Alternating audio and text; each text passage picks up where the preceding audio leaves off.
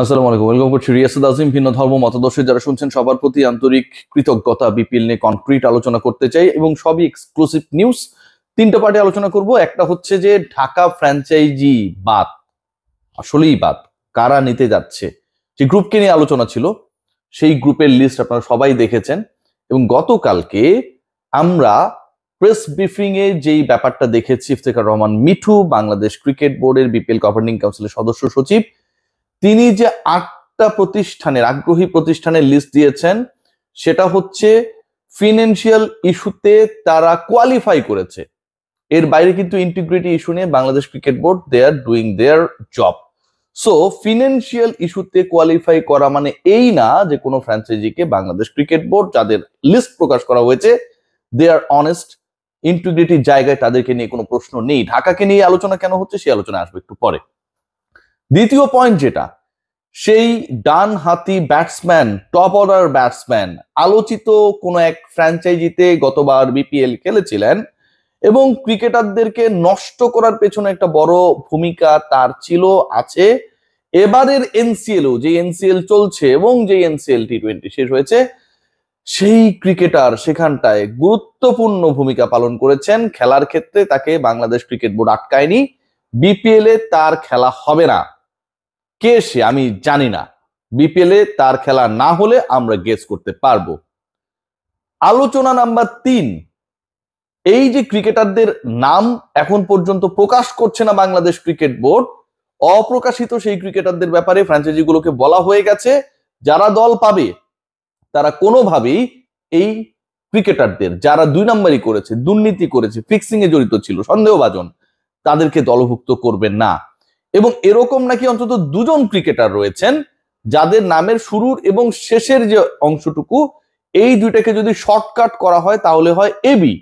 আমি জানি না তারা কারা, কারণ অনেক ক্রিকেটার খেলেছে, এত বড় লিস্ট থেকে আসলে সামনে এ পরে বি এটা বাইর করা আমার জন্য ডিফিকাল্ট, কারণ এত মেধাবী আমি না এবং এটা গেস করেও বলার কোনো সুযোগ নেই। অন্তত 2 জন ক্রিকেটার, একজন নাকি হচ্ছে ভালো ব্যাটিং করেন, আরেকজন নাকি হচ্ছে মোটামুটি মানের একজন বোলার। সো দুজনের ক্যারেক্টার 2 রকম, নামের আদ্যক্ষর এবং শেষাংশে মিল থাকলেও তাদের ক্রিকেটিং রোলটা different. 4, important part, Bangladesh cricket board নিজেই ফ্র্যাঞ্চাইজি পরিচালনা করতে যাচ্ছে এখন পর্যন্ত যে খবর। 1 নম্বর থেকে শুরু করি, ঢাকার থাকা না থাকা, এবং তারপরে সেই ব্যাটার নিয়ে আলোচনা করব। ঢাকাকে নিয়ে যে আলোচনাটা হচ্ছে সেটা ওই ইন্টিগ্রিটি ইস্যু নিয়ে। প্রথম আলোর ক্রীড়া সম্পাদক তারেক মাহমুদ, মনি ভাই আসসালামু আলাইকুম। মনি ভাই যে রিপোর্টটা করেছিল আপনারা তো জানেন, সেখানটায় হচ্ছে বিপিএল গভর্নিং কাউন্সিল এবং বাংলাদেশ ক্রিকেট বোর্ড, যাদের উপর ডিপেন্ড করেছিল স্বাধীন দুর্নীতি দমন একটা ইউনিট করা হয়েছিল, তারা 3 সদস্যের সেই ইউনিটটা ছিল, সাবেক বিচারপতি ছিলেন সেখানটায়, আমাদের শাকিল কাশেম ভাই ছিলেন, আমাদের খালিদ ভাই ছিলেন। এই 3 জন মিলে 900 পৃষ্ঠার রিপোর্ট দিয়েছে, 70 জনের ইন্টারভিউ করেছে এবং তারা সেখান থেকে যে জিসটা পেয়েছে, according to the report of Prothom Alo, মনি ভাই সেখানটায় বলেছিলেন যেই ফ্র্যাঞ্চাইজি গুলোকে নিয়ে প্রশ্ন আছে, ফিক্সিং এ সন্দেহভাজন কতগুলো ঘটনার সাথে তারা জড়িত, এর মধ্যে ঢাকা জড়িত। ঢাকার ব্যাপারে আলোচনা হয়েছে, ঢাকার ইন্টিগ্রিটি নিয়ে প্রশ্ন তুলেছিল, according to the report of Prothom Alo, আমার কথা না। এবং সেই একই গ্রুপ, সেই রিমার্ক হারলান, তারা আবারও বিপিএল এ ফ্র্যাঞ্চাইজি পেতে চায়। ধরেন একটা গ্রুপ কোনো একটা পার্টিকুলার টুর্নামেন্টে ফ্র্যাঞ্চাইজি ওনার হওয়ার চেষ্টা করলো, পরবর্তীতে বললো ভাই গ্রুপের মালিক তো জড়িত না, আমরা যাদেরকে দায়িত্ব দিছিলাম তারা জড়িত। তাহলে গ্রুপের মালিক কি ঘাস কাটছে? ঘাস কেটেছে তারা ঘাস কেটে গরুকে খাইয়েছে? তাদের কাজটা কি? আপনি একটা কোম্পানির মালিক, আপনি আপনার কোম্পানিকে বাংলাদেশ ক্রিকেট বোর্ডের সবচেয়ে লুক্রেটিভ ব্র্যান্ডের দায়িত্ব দিয়েছেন, সেখানটায় আপনার কর্মকর্তারা মিস্টার এম টিভি না এম, তারা কি আকাম কুকাম করছে সেটা আপনি খবর রাখবেন না? সো এটা পুরোটাই ওই গ্রুপের রেসপন্সিবিলিটি যে তারা সেটাতে ফেল করেছে। এবং ওই যে রিমার্ক হারলান গতবারও ছিল, এবারও তারা আছে। ওইখান থেকে যেই ব্যাপারটা এখন পর্যন্ত জানা যাচ্ছে যে ঢাকার দায়িত্ব পেতে যেহেতু মাত্র একটা ফ্র্যাঞ্চাইজি জড়িত বা তারা চাইছে, সেই ফ্র্যাঞ্চাইজিকে নিয়ে ইন্টিগ্রিটি নিয়ে প্রশ্ন রয়েছে, আইসিসির কাছে অলরেডি এটা পাঠানো হয়েছে। শেষ পর্যন্ত তাদের দল পাবার সম্ভাবনা 10%, 90% তারা দল পাচ্ছে না, মোটামুটি নিশ্চিত। এবং এই ঘটনা যদি ঘটে তাহলে ঢাকা ছাড়া কি বিপিএল হবে? না, ঢাকা ছাড়া বিপিএল হবে না। বাংলাদেশ ক্রিকেট বোর্ড তারা প্রয়োজনে 1টা অথবা 2টা দলের দায়িত্ব নেবে। আবারও বলছি, বাংলাদেশ ক্রিকেট বোর্ড তারা প্রয়োজনে 1টা অথবা 2টা দল অপারেট করবে, তারা এনশিওর করার চেষ্টা করবে বিপিএল এ যাদের গায়ে কালিমা লেপ্টে গেছে, যারা এখানে দুর্গন্ধ ছড়িয়েছে, তারা যেন কোনোভাবে অংশগ্রহণ করতে না পারে। এটা হচ্ছে প্ল্যান বি বাংলাদেশ ক্রিকেট বোর্ডের। ঢাকা ছাড়া বিপিএল হচ্ছে না, কিন্তু ওই পার্টিকুলার ক্রিকেটারকে ছাড়াই বিপিএল হবে।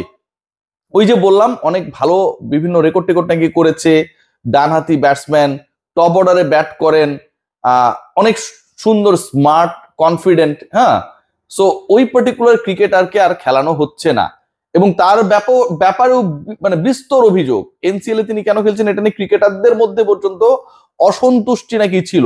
সেই ক্রিকেটারকে আমরা নিশ্চয়ই বের করার চেষ্টা করব। এবং ইন্টারেস্টিং পার্ট, তিনি কি ওই অংশের কেউ নাকি? ওই যে বললাম যে দুজন ক্রিকেটার নাকি রয়েছেন যাদেরকে নেওয়া হবে না, খেলানো হবে না, যাদের বিরুদ্ধে অভিযোগ প্রায় প্রমাণিত। যে ওই যে বললাম যে সামনের অক্ষর এ পরের অক্ষর বি, এর আসলে কারা আমি জানি না, তার মধ্যে তিনি পড়েন কিনা সেটাও আমি জানি না, আমি আসলে কিছুই জানি না। এবং এই ইন্টারেস্টিং জায়গাটায় মোটামুটি বাংলাদেশ ক্রিকেট বোর্ড তারাও একটা ইন্টারেস্টিং ভূমিকা পালন করছে। মানে আপনি চুরি করছেন, চোরের নাম প্রকাশ করবেন না। কি মহানুভব ক্রিকেট বোর্ড, মনে হয় যে মানে কি বলবো, এত ভালো, এত লক্ষ্মী সোনার মতো ভূমিকা পালন করে মাঝে মাঝে, এখানে বলার কিছু থাকে না। আপনার বাসায় চুরি করেছে, চুরি করে সবকিছু নিয়ে গেছে, আপনি বলেন না ভাই চোরেরও মান সম্মান আছে, ফ্যামিলি আছে, কোন একটা গ্রামে বসবাস করে, ওর বউ বাচ্চার কাছে কেমনে ফেরত যাবে, আমরা ওর নামটা বলবো না। এইরকম যদি হয়, বিপিএল এ যারা চুরি করেছে, 2 নম্বরই করেছে, বাংলাদেশ ক্রিকেট বোর্ড যদি তাদের নাম প্রকাশ না করে, এটা এরকমই সাধুর তত্ত্ব গল্পের মতো অনেকটা দাঁড় হয়ে যায়। শেষ পর্যন্ত তাদের খেলা হবে না, ফ্র্যাঞ্চাইজি গুলোকে সেটা বলা হয়েছে। ক্রিকেটাররা কারা কারা একটু বোঝার চেষ্টা করুন। আমি একটু আবারও হিন্টস দিতে পারি, সেটা হচ্ছে যতটুকু শুনেছি যে একজন জাতীয় দলের লিকে পেসার ছিলেন, তিনি নাকি অনেক বাইরে বাইরে বল টল করেছেন। আবার এমন একজন রয়েছেন যার অনেক রেকর্ড রয়েছে, কিছুদিন আগে তাকে কোনো একটা পার্টিকুলার টুর্নামেন্টে বাংলাদেশ ক্রিকেট বোর্ড সরিয়ে দিয়েছে, খেলতে দেবে না, এরকম একটা ডিসিশন হয়েছে, তিনিও নাকি এটার মধ্যে রয়েছেন শোনা যাচ্ছে। এবং এই ঘটনাগুলো যদি সত্যি প্রমাণিত হয়, আমাদের নামগুলো মেলাতে খুব বেশি বেগ পেতে হবে না।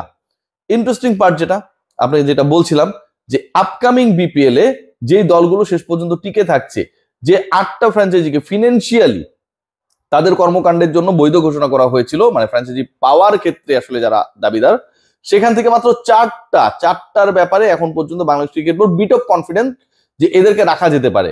এর মধ্যে একটা রংপুর রয়েছে, আমি যতটুকু জানি বরিশাল দল পাবার সম্ভাবনায় বেশ এগিয়ে রয়েছে। আকাশবাড়ি হলিডেজ আমি চিনি না, এদেরকে নিয়ে গবেষণা শুরু হবে আমার অতি দ্রুত। এর বাইরে যারা রয়েছে, রাজশাহী দেশ ট্রাভেলস এবং আমাদের আলোচিত নাবিল গ্রুপকে আসসালামু আলাইকুম, নাবিল গ্রুপ রয়েছে এখানটায়। এবং নাবিল গ্রুপ এবং দেশ ট্রাভেলস এর মধ্য থেকে কেউ একজন পাবে। এই যে বললাম যে মোটামুটি এখানটায় 3টা হয়ে গেল। চট্টগ্রামে যেটা রয়েছে ট্রায়াঙ্গেল সার্ভিসেস কি জানো, তাদেরও পাবার সম্ভাবনা রয়েছে। এবং সিলেটকে নিয়ে অনেক প্রশ্ন রয়েছে, সত্যি আমি জানি না সেই প্রশ্নগুলো কারা করছে, কেন এই প্রশ্নগুলো তৈরি হয়েছে। সিলেটের ব্যাপারে Bangladesh cricket board, BPL governing council, they are not convinced, যেমনটা ঢাকার ব্যাপারে তারা কনভিন্সড না। এবং ইন্টারেস্টিংলি আপনারা সবাই জানেন খুলনায় কিন্তু বাদ পড়ে গেছে, এবং খুলনার এখনো যোগাযোগ নাকি চলছে বিপিএল গভর্নিং কাউন্সিলের সাথে। শেষ পর্যন্ত let's see what happen. But Bangladesh cricket board যদি এরকমটা হয় যে 3-4টার বেশি তারা দল পাচ্ছে না যারা আসলে সৎ, তাহলে ক্রিকেট বোর্ডই অন্তত 1টা অথবা 2টা দলের দায়িত্ব নেবে এবং দল অপারেট করবে। সবাই ভালো থাকবেন, take great care, bye by.